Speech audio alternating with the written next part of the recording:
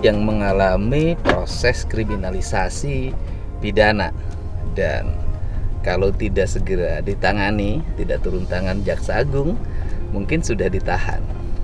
Ini bukan peristiwa pertama, sudah tahu peristiwa yang keberapa. Hari ini saya ingin bicara dengan guru tersebut. Apa sih sebenarnya yang menjadi faktor utama sehingga ada upaya dari orang tuanya untuk mempidanakan guru? Dan saya juga orang tua, semestinya ketika sudah menitipkan anaknya di sekolah, seluruhnya adalah kewenangan guru pemilik otoritas pendidikan. Selama tindakannya tidak bersifat kriminal atau tindakannya kekerasannya masih bisa ditolerir, saya pikir bisa dibicarakan secara bersama. Ada forum guru dan murid untuk berdialog, ada forum orang tua dan guru untuk berbicara, tidak selalu menggunakan kalimat pidana untuk mengkriminalisasi guru.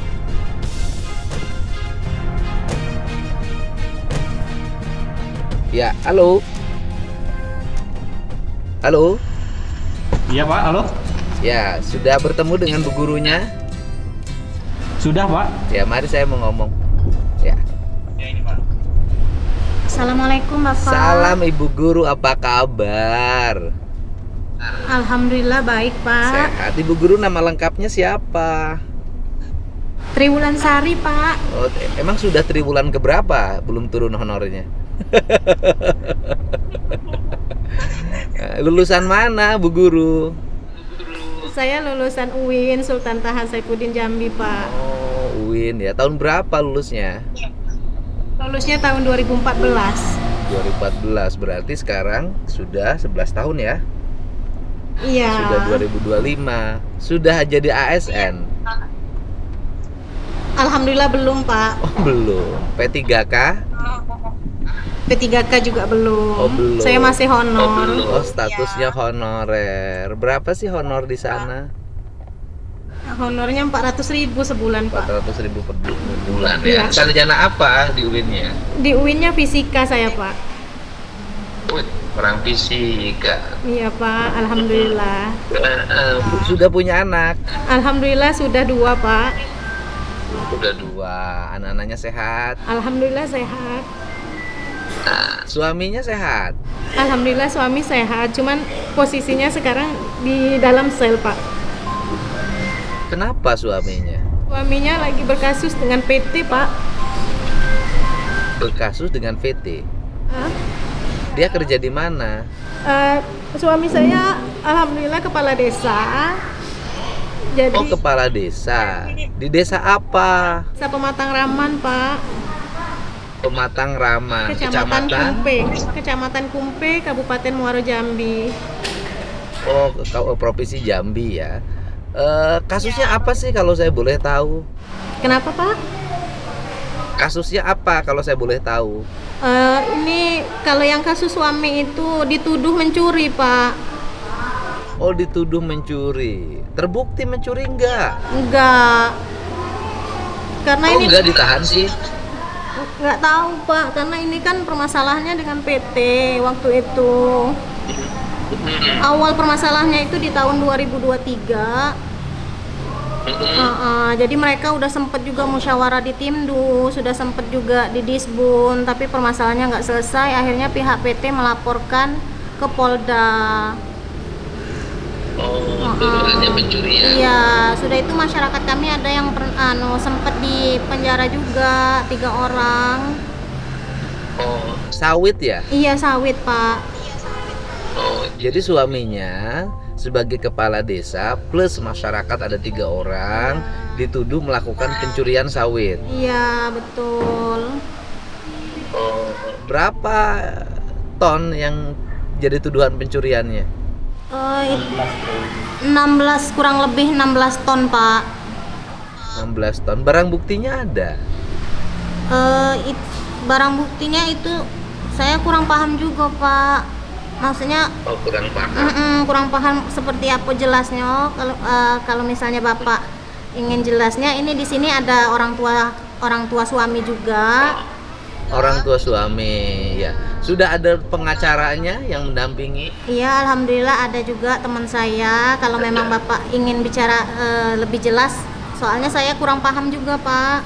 Oh, ya boleh saya nanya itu dulu deh sebelum ke masalah itu yang dialami. Mana bapaknya? Iya, baik. Ke Faisal. Assalamualaikum warahmatullahi wabarakatuh. Salam. Bapak orang tua ini, mertuanya ibu guru berarti ya? Orang tuanya Pak Kades. Oh iya, berarti mertuanya ibu guru. Betul sekali Pak KDM. Iya. Jadi sudah ditahannya berapa lama Pak Kadesnya? Kurang lebih 3 bulan sudah. Oh, sudah 3 bulan. Berarti sudah sidang dong kalau 3 bulan? Sudah sidang Pak. Kami sudah menjalani sidang beberapa kali karena kurang ingat berapa kalinya. Kami sudah disidang beberapa kali. Untuk hari ini juga Pak Kades disidang. Sehubungan kami bersyukur kepada Allah setiap Bapak KDM datang ke Jambi sehingga sidangnya bisa ditunda selesai Jumat, Pak. Oh gitu. Iya. Barang buktinya ada pencuriannya? Ada, betul Pak, ada. Satu pompong buah sawit yang kami lakukan pada hari itu untuk menjernihkan daripada kekeruhan selama kurang lebih 20 tahun mereka menjadi mafia tanah di tempat kami. Tidak ada kejelasan sama sekali, tidak ada dirasakan sama sekali oleh masyarakat. Kami cuma mendapatkan hasil 50.000 per bulan, Pak. Nah, iya. Jadi merasa bahwa warga itu adalah tanah adat. Tanah adat, tanah izin kelompok tani itu kan tanah adat, ya, tanah masyarakat. Ditanamin oleh perusahaan. Ya, saya mengajukan tahun 2006 sampai sekarang itu dikelola oleh mereka. Kemarin juga 2 kali kebakaran dari lahan seluas 720 sekarang menjadi lahan 320.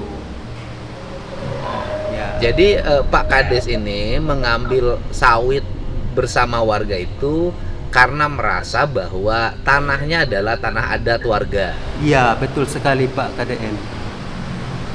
Karena merasa tanah adat warga, akhirnya buah sawitnya diambil dan perusahaan menganggap itu adalah pencurian. Iya, begitulah. Padahal kami tidak ada niat sedikit pun untuk mencuri itu, cuman kami minta kejelasan selama tadi saya bilang min plus kurang lebih 20 tahun mereka tidak sekalipun menentukan berapa banyak jumlah pembayaran kami, berapa tahun lagi kami membayar, berapa lagi kami kekurangannya, begitu kan. Jadi maksud kami ngambil buah itu memanggil pihak perusahaan, kami panggil supaya penjelasannya.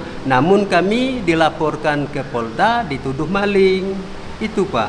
Padahal kami ingin ada gugatan nggak mengenai hak tanahnya untuk mendapat kompensasi bagi hasil dari buah sawit itu ke pengadilan?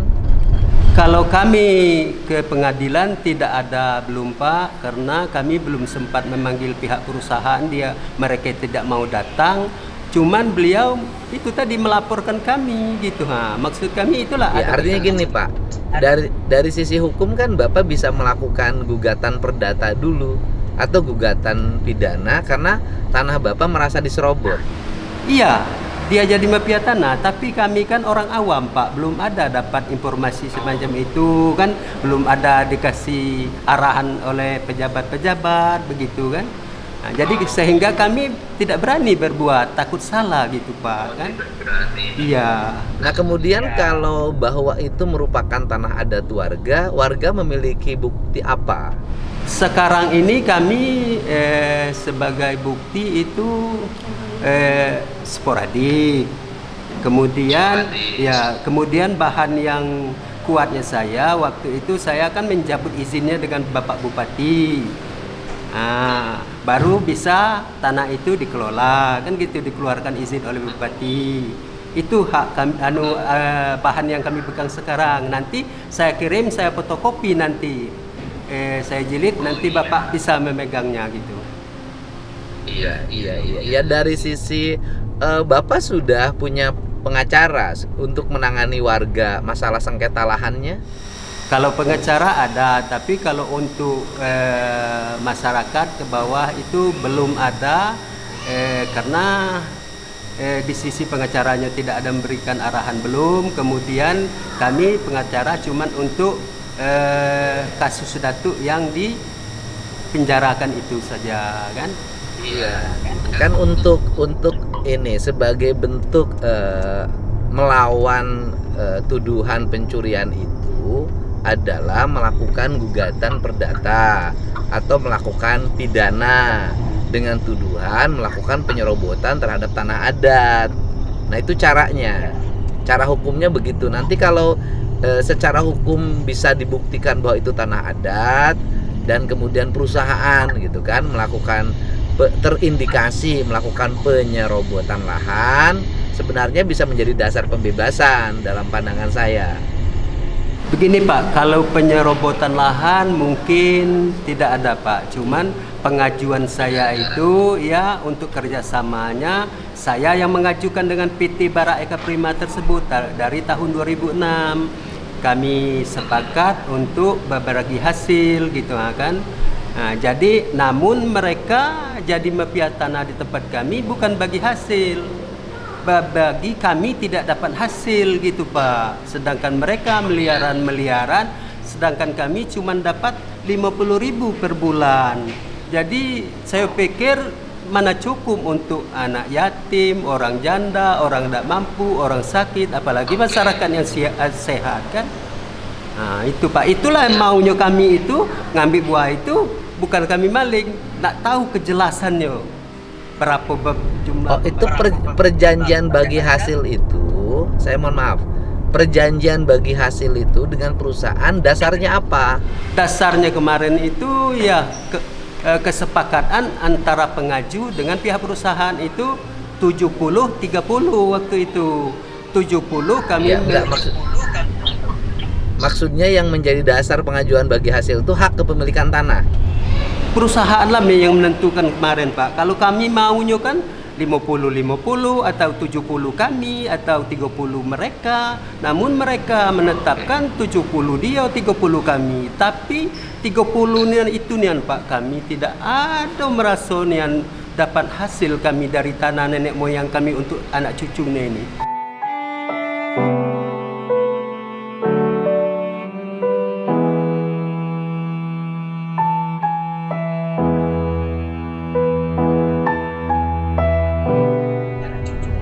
Ya, enggak, maksud saya kan desa mengajukan kerjasama dan lahirlah kalimat 70-30. Nah, yang dikerjasamakan itu kan hasil perkebunan sawit. Nah, yang menjadi dasar kerjasamanya itu adalah apakah kebun sawit menanam sawit di tanah adat warga? Iya, tanah yang kami ajukan plasma itu kami ajukan disuruh tanam sawit, sehingga nanti hasil uangnya bukan hasil sawitnya, hasil uangnya mungkinlah Pak potong itu potong ini, sehingga menjadilah 70-30. Kami 30 itu masih menanggung hutang Pak. Nah itu masih menanggung hutang. Jadi pembagian 70-30 itu adalah Bapak sebagai warga itu pemegang hak atas plasma. Iya. Waktu itu. Perjanjiannya ada itu Pak? Ada, itulah yang saya foto nanti, yang berkasnya saya kasih sama Bapak ini nanti kan. Itulah jadi karena merasa perusahaan tidak memenuhi janjinya terhadap warga, akhirnya ngambillah sawit duluan gitu loh. Enggak Pak, selama 20 tahun ini Pak baru kami berani, karena itu tidak bukan waktu itu kami ngambil, enggak, mereka lah yang ngambil buah itu, cuman kami bawanya ke tempat ram penjualan supaya dapat kami manggil orang perusahaan ini. Rupanya kami bukan itu yang kami harapkan, dia menuduh kami maling. Oh, jadi karena plasmanya belum mendapat, pada akhirnya sudah 20 tahun tidak mendapat hak atas plasma perkebunan tersebut, Bapak, kepala desa dan warga mengambil sawit. Begitu, Pak? Bukan Pak, bukan belum mendapatkan Pak, tapi tidak sesuai yang diinginkan masyarakat. Itu yang saya jelaskan tadi, kami cuma dapat 50.000 per bulan Pak. Oke, warganya mendapat ya karena dana kompensasi plasma sawitnya itu tidak sesuai harapan, hanya mendapat 50.000 per bulan. Akhirnya warga dan kepala desa ngambil biji sawit. Iya, gitu ya. buah sawit iya. Mengambil buah sawit itu. Itu 50.000 itu untuk berapa rumah, Pak? Itu semua orang yang mempunyai rekening. Kami kan dikirim rekening masing-masing, ngambilnya di Jambi. Cuman 50.000 Pak. Jadi warga itu membuat supaya tidak tekor lah bahasanya tuh kan. 4 bulan, 5 bulan, 6 bulan, kadang sampai setahun baru mereka ngambilnya di bank. Nah itu dapatlah 600, 700. Nah itu Pak yang kami... Ada 1.000 kepala keluarga yang dapat? Enggak, cuman berapa yang di Triana? 300 berapa? 350-an yang mempunyai rekening Pak, bukan semua masyarakat desa Pemataraman. Mungkin Sedikit kalau semua, sekali ya. Ya, mungkin kalau semua masyarakat desa Pemataraman mungkin dapat 20.000, cuman ada 30.000. 20.000 lah per bulannya.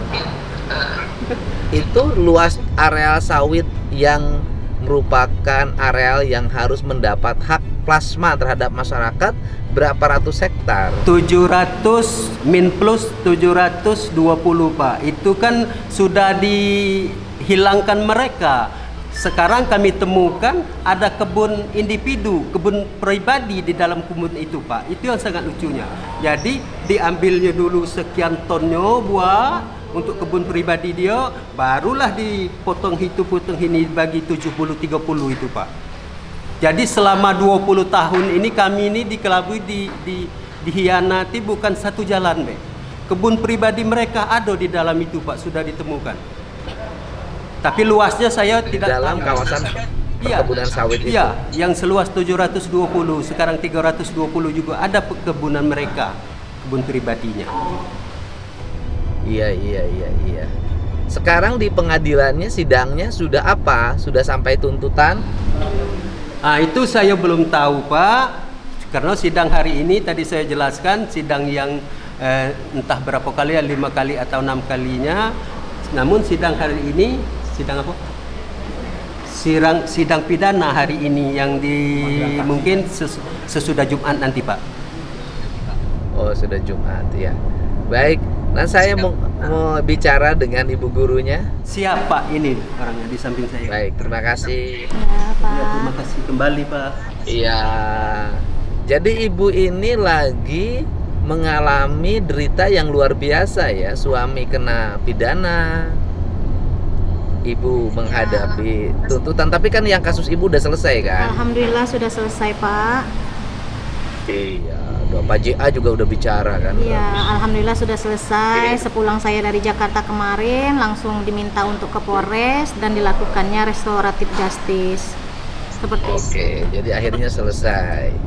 Nah, tapi kalau saya boleh tanya ke ibu, memang anaknya merupakan anak keluarga mapan? Ya, lumayan mapan. Keluarga mapan. Iya. Tapi di sekolah anaknya baik. Kurang baik Pak. Oh, yang disebut kurang baik apa? Karena suka melontarkan kata-kata kasar. Seperti itu. Karena mungkin merasa dari keluarga mapan itu ya. Ya, seperti itu Pak. Waktu peristiwa itu dia pakai kerudung anak itu. Anaknya laki-laki Pak, mohon maaf. Anaknya laki-laki. Oh iya Bu. Oh, bukan dia anaknya laki-laki ya. Oh, anaknya laki-laki, rambutnya panjang. Rambutnya panjang, disemir seperti itu. Jadi memang sebelum kejadiannya itu di Januari 2025. Oh. Ya, kejadiannya di Januari 2025. Kebetulan setelah libur semester. Jadi sebelum libur itu sudah saya sampaikan bahwasanya kalau ada anak yang rambutnya bersemir itu saya minta tolong disemir hitam kembali seperti itu. Ternyata setelah masuk libur, masuk sekolah kembali, rambut anak itu masih ada yang bersemir. Ada anak kelas 6 itu 4 orang yang bersemirnya. Jadi yang bertiga ini saya potong rambutnya tidak memberontak atau tidak menolak dipotong. Seperti itu. Nah, anak yang satu ini memberontak menolak untuk dipotong. Dan akhirnya saya dapat untuk memotong rambutnya. Setelah dipotong rambutnya, keluarlah kata-kata kotor dari mulut anak tersebut. Jadi saya refleks, tangan saya nabok mulut anak itu, seperti itu Pak kejadiannya. Jadi keluar kata-kata kotor, ibu ya terpancing emosi lah ya. Iya. Kemudian nabok lah anak itu kan. Iya. Seperti itu. Setelah nabok anak itu gimana? Selanjutnya gimana waktu itu? Waktu itu kan kejadiannya di lapangan sekolah. Jadi setelah kejadian itu anak-anak masih masuk ke kelas, termasuk anak yang saya tabok tadi masih masuk ke kelas belajar seperti biasanya sampai pulang sekolah. Ya, jadi setelah pulang sekolah ternyata mungkin dia ngadu ke orang tuanya. Orang tuanya merasa nggak senang, orang tuanya datang ke rumah saya. Orang tuanya kemudian waktu orang tuanya datang ke rumah ibu gimana? Ya marah-marah Pak waktu itu. Jadi saya ajak ngomong baik-baik, orang tuanya nggak mau, marah-marah. Sampai sempat ngeluarin kata-kata kotor juga ke saya. Seperti itu. Ya sudah itu dia mau pulang, pas mau pulang juga dia sempat ngancem saya juga, mati kau kubuat, katanya kayak gitu. Kalau nggak secara halus, secara kasar seperti itu. Habis dari rumah saya dia langsung ke kantor desa nemuin suami saya. Sempat marah-marah juga di kantor desa. Suami ibu waktu itu belum ditahan? Belum, posisinya belum ditahan. Suami saya ditahannya di 28 Oktober, Pak. 28 Oktober 2025. Iya. Nah, setelah itu kemudian apa yang terjadi? Yang terjadi mereka ngelaporin ke polsek, diproses hukum. Diproses hukum. Iya, melapor ke polsek. Akhirnya ibu berapa kali mengalami pemeriksaan? Oh, saya lupa, yang jelas sudah lumayan banyak Pak, karena 1 tahun berjalan kan, lumayan banyak pemeriksaannya. Sebenarnya mediasi udah dilakukan. Iya, di hari Kamis itu kepala sekolah hadir, orang tua ikut hadir untuk dimediasi, tapi orang tua menolak karena sudah menempuh jalur hukum. Setelah itu ada juga mediasi di polsek. Mediasi di polsek itu orang tua juga menolak, padahal waktu itu kepala sekolah sempat bilang kalau memang ada permintaan bapak yang bisa kami penuhi maka akan kami penuhi. Kalau memang ibu ini tidak harus mengajar lagi di SD, kalau memang itu bisa kami lakukan akan kami lakukan, tapi orang tua menolak waktu itu.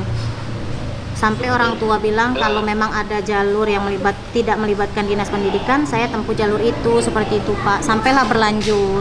Jadi anaknya tuh kelas berapa SD? Kelas 6 SD Pak. Oh, kelas 6 SD. Kemudian ibu menjadi tersangka dan berkasnya dilimpahkan ke kejaksaan. Ya, berkasnya dilimpahkan ke kejaksaan. Nggak tahu itu berapa lama di kejaksaan. Akhirnya dari kejaksaan dilimpahkan lagi ke Polres. Oh iya, belum P21. Iya, sempat P21 terus dikembalikan lagi ke Polres. Saya wajib lapor itu mulai Juni, Pak. Oh, jadi berkasnya dikembalikan ke Polres, ibu dengan status tersangka, tetapi ibu wajib lapor. Iya, wajib lapor. Artinya belum dilimpahkan ke pengadilan? Belum, alhamdulillahnya belum, Pak. Belum, artinya kejaksaannya punya niat baik untuk mengembalikan berkasnya ke Polres dan hanya dikenakan wajib lapor. Iya, iya Pak. Dan sekarang status tersangka ibu udah dicabut kan? Alhamdulillah sudah Pak. Udah dicabut, tetapi ibu lagi menghadapi kasus yang dialami oleh suami. Betul. Ya, saya menyampaikan harapan doa pada ibu, mudah-mudahan bisa melewati masa-masa sulit ini. Terima kasih banyak, Pak. Dan mudah-mudahan suami ibu bisa mendapat vonis bebas. Ya, amin. Saya berdoa juga seperti itu, Pak. Saya cuman ingin suami saya pulang. Saya inginnya ketika sidang putusan suami saya pulang gitu, Pak.